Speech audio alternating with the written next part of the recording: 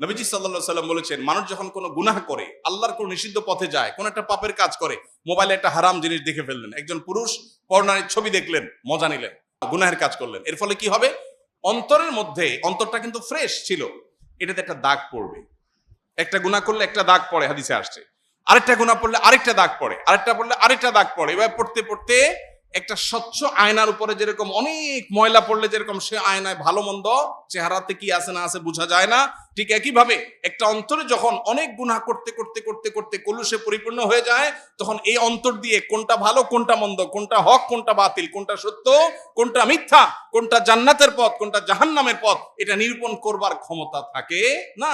এই জন্য আমার অন্তরকে পরিশুদ্ধ করবার জন্য 1 নম্বরের কাজ হলো সকল প্রকার গুনাহ থেকে বাঁচার জন্য সর্বোচ্চ সংগ্রাম করা।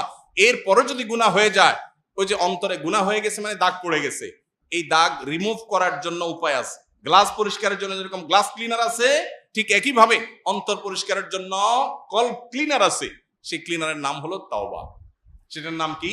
তওবা। বান্দা যখন তওবা করে, আত্তাইবু মিনাজ যামবি কামাল্লা যামবালা, তার অন্তরে যে দাগ পড়ে যায়, ভালো করে তওবা করতে পারলে সেই দাগ মুছে যায়। তাহলে আমাদের নিজেদের পরিশুদ্ধ করার জন্য 1 নম্বর স্টেপ হলো কি? গুনাহ থেকে বাঁচার জন্য সংগ্রাম করা।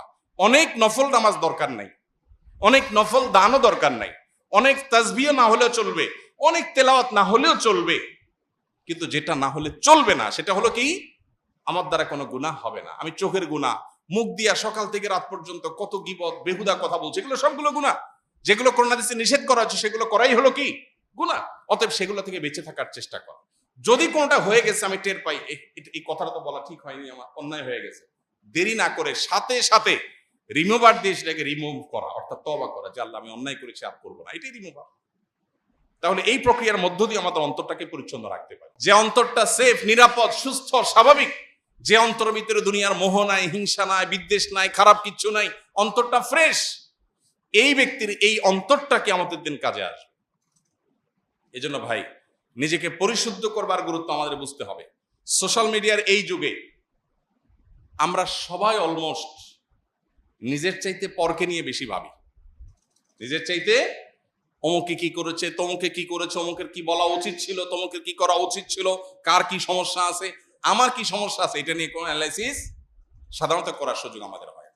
ওই যে শুরুতে বলেছি, আল্লাহ রাব্বুল আলামিন দুনিয়াতে যখন পাঠিয়েছেন তখন একটা মন দিয়ে পাঠিয়েছেন। সেই মনটাতে কোনো নোংরামি ছিল, কোনো কলুষতা ছিল, কোনো খারাপ কিছু ছিল?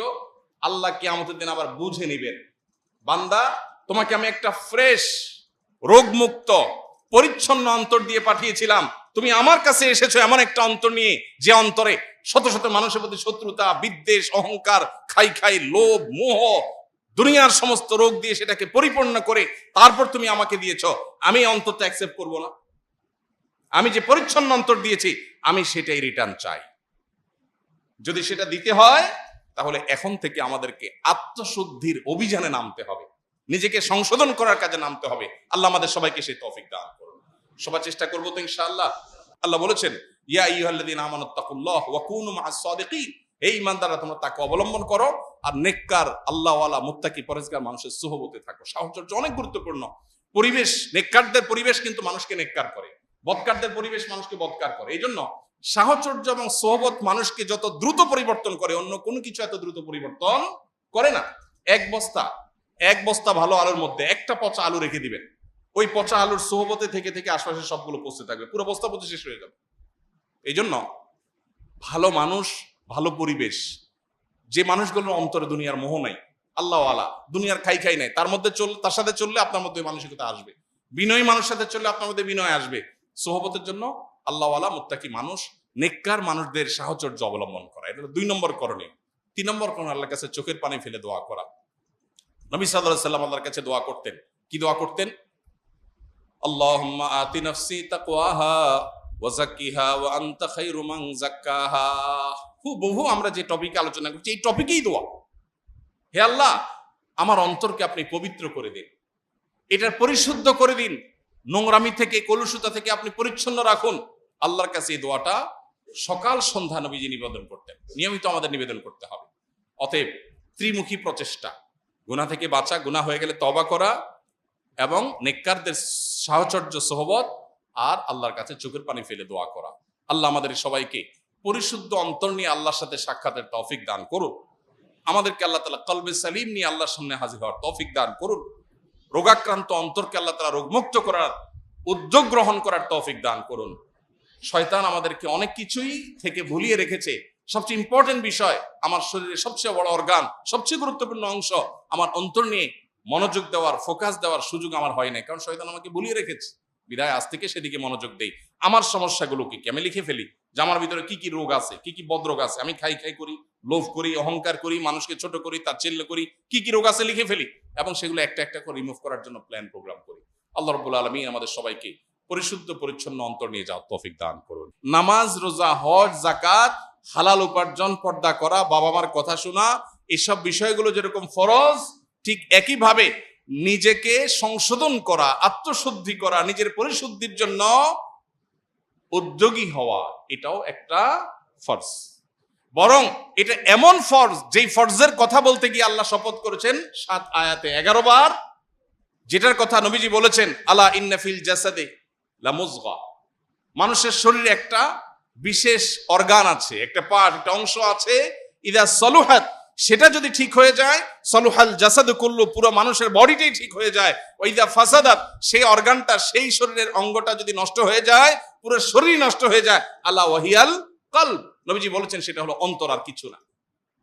নবীজি বলেছেন আত্তাকওয়া হাহুনা, আত্তাকওয়া হাহুনা, আত্তাকওয়া হাহুনা, মানুষের অন্তরের মধ্যেই হলো তাকওয়া। এটা যদি ঠিক হয়ে যায়, তখন এটা রাজধানীর মতো, হাত, মুখ, চোখ, সব অঙ্গ প্রত্যঙ্গ গুলো ওইটার ডিরেকশন অনুযায়ী চলতে থাকে। আর যখন ভেতরে অহংকার থাকে, তখন বাহির দিয়ে বিনয়ের ভাব ধরে, আসলে মনে কি অহংকার। এতবার শপথ করি তোমাদেরকে বলছি, বান্দারা শুনো, তোমাদের মধ্যে যে ব্যক্তি নিজেকে পরিশুদ্ধ করতে পারলো, যার আত্মশুদ্ধি হয়ে গেল, এই ব্যক্তি শেষ হাসি হেসে ফেললো, জান্নাতি হয়ে গেল, সাকসেস হয়ে গেল।